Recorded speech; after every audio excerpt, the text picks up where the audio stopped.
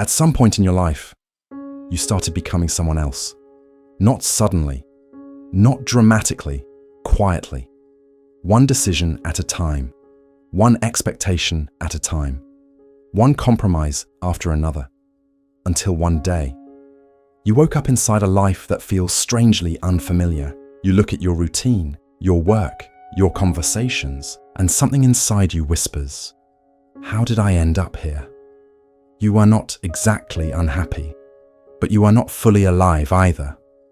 You are functioning, but something feels disconnected. And the strangest part is this. From the outside, everything might look fine, but inside, there is a quiet tension, a feeling that you are slightly out of alignment with your own life, and that tension grows slowly over the years. Not because you made bad decisions, but because many of your decisions were never really yours. The invisible influence. You were told what success looks like, what a respectable life should be, what a responsible adult must do. You absorbed it early, without noticing. Good grades, stable career, be productive, be realistic, be practical. And slowly, your life started organizing itself around expectations, family expectations, social expectations, cultural expectations. And the dangerous thing about expectations is that they rarely feel like pressure. They feel like normality. You follow the path because it seems obvious, because everyone around you is walking the same direction. But sometimes what looks like the right path is simply the most accepted one. When the disconnect starts, the first signs are subtle. You begin feeling tired in ways that sleep cannot fix. You lose interest in things you used to care about. Small decisions start feeling heavy. Not because they are difficult, but because something inside you is resisting quietly. You call it burnout, or stress, or lack of motivation. But often it is something deeper. It is the friction between who you are becoming and who you actually are. When your life moves in one direction and your identity pulls in another, your energy begins to fracture. Part of you keeps going. Another part starts withdrawing. The cost of living someone else's life. At first, you compensate. You push harder. You try to fix the discomfort with productivity. More work, more discipline, more goals. But the deeper issue remains, because the problem was never effort. The problem was alignment. You can work extremely hard building a life that does not belong to you. And the more successful you become, the harder it becomes to question it. Because now there is more to lose, more structure, more responsibility, more expectations. So you keep going, not because you want to, but because stopping would force you to ask a terrifying question. What if this was never my path? Why this happens? Your brain values safety, and identity is risky. When you start choosing your own direction, you face uncertainty, disapproval, misunderstanding, judgment. So instead, many people unconsciously choose a borrowed identity, a version of themselves that fits smoothly into the system. That avoids conflict. That feels predictable, and for a while this works, until one day the distance between who you are and who you pretend to be becomes too large to ignore. The moment of realization. This moment rarely comes as a dramatic crisis. It appears quietly, during a long walk, a late night, a random conversation. Suddenly you realize something uncomfortable.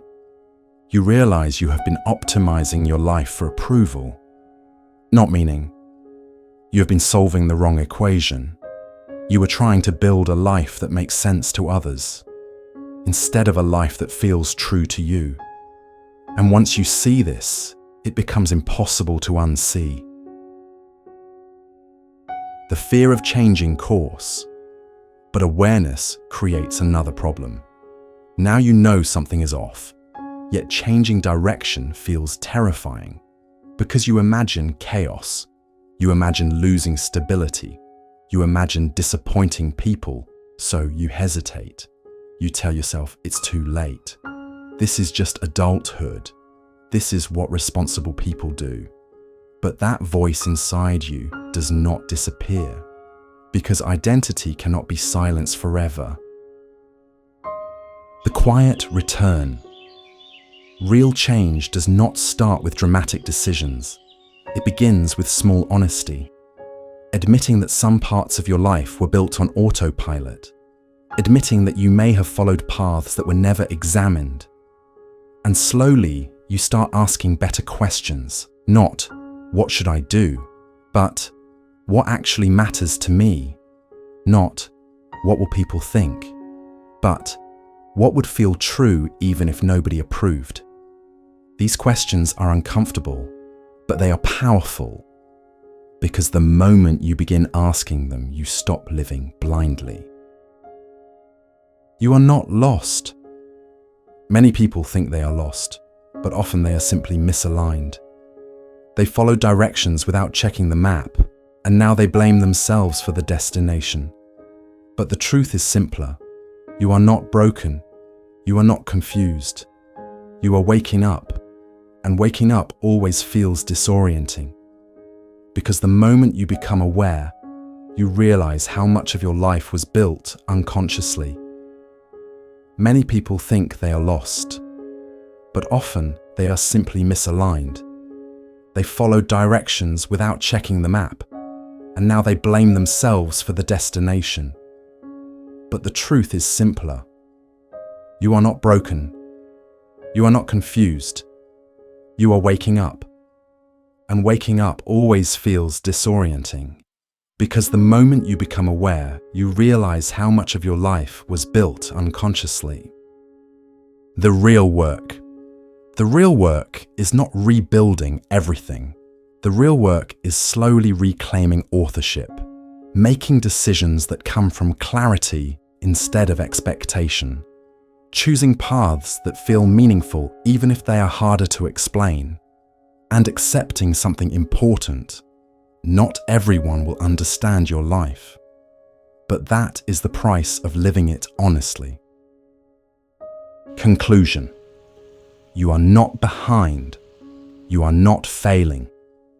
You are simply reaching the moment when you finally start asking, is this life actually mine? And that question is not the beginning of a crisis. It is the beginning of freedom.